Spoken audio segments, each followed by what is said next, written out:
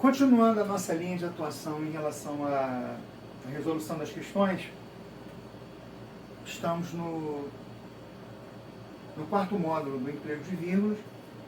Recapitulando, fizemos a questão 16 para mostrar um modelo muito mais simples, de períodos muito mais simples e menos complexos, que tem uma cara muito mais próxima da Selecom. A questão 17, que já trabalhava com períodos mais complexos, o que exigia um pouquinho de dificuldade. A questão número 18, que estabelecia de fato no enunciado o que de fato se queria em relação a um postulado do emprego da vírgula, que no caso seria ter a mesma função sintática. E chegamos à questão número 19, com um outro modelo de questão muito próximo da 18, mas que o aluno resolveria essa questão, às vezes, sem ter a menor consciência ou conhecimento do que seja vírgula. Vejamos. Às vezes também tem provas que colocam questões para o aluno responder dentro de um princípio lógico, ainda mais sendo língua portuguesa. Vejamos. E se acostuma a não ouvir passarinhos, a não colher frutas do pé, a não ter sequer uma planta. O emprego da vírgula no fragmento acima justifica-se pelo mesmo motivo que no período. Então vejamos aqui. Nota que, veja, ó, e se acostuma a não ouvir passarinhos. Então o período acabaria aqui. Tá? Veja, a não colher frutas do pé, a não ter sequer uma planta. Se a gente observar de maneira gradativa o que nós fizemos na questão número 18, vocês vão observar aqui que aqui separa um tipo de regra da vírgula. Aqui no caso, não colher frutas do pé e não ter sequer uma planta não são termos de natureza facultativa. Muito pelo contrário. Respeita a mesma concepção da função sintática. Por exemplo, e não se acostuma a isso, não se acostuma a isso e não se acostuma a isso. Então eu tenho aqui, na verdade, uma sequência de termos de mesma função sintática.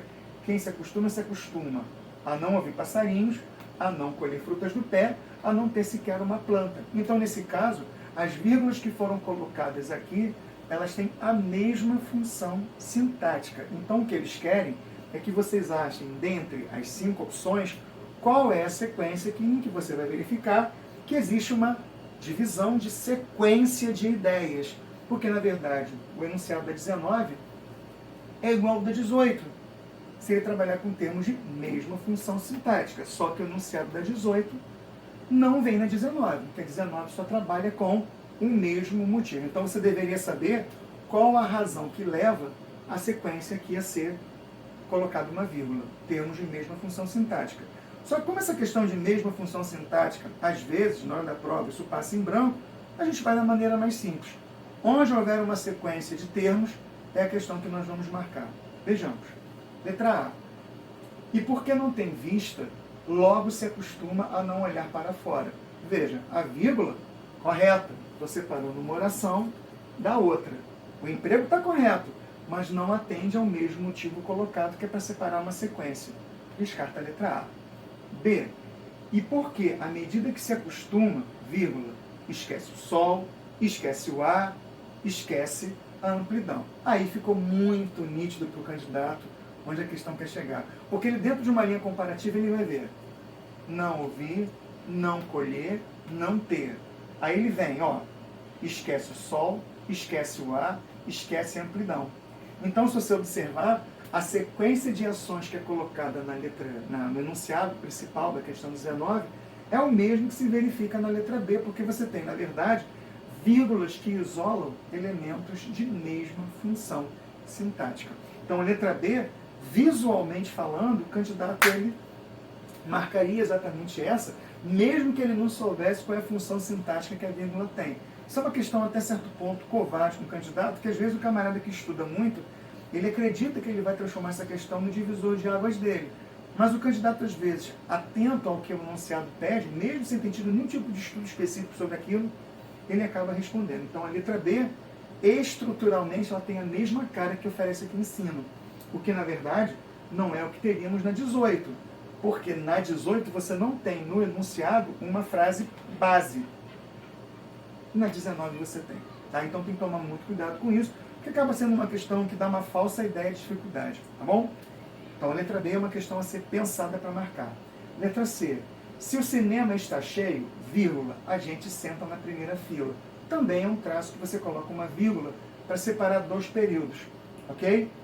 O cinema está cheio, primeira oração, sentar na primeira fila, segunda oração, essa vírgula aqui tem o mesmo papel que a da letra A, porque não marca uma sequência.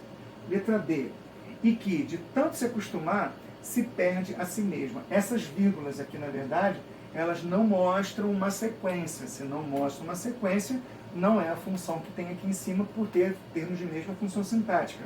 E a mesma coisa na letra E. Eu sei, mas não devia. Então eu tenho oração A, oração B e uma vírgula separando as duas com a presença do conectivo. Então, se a gente observar que às vezes as questões de prova também são feitas para atender uma expectativa de eliminação de candidato, essa questão número 19 poderia fazer com que muitos candidatos acertassem por uma questão de observação da própria construção sintática.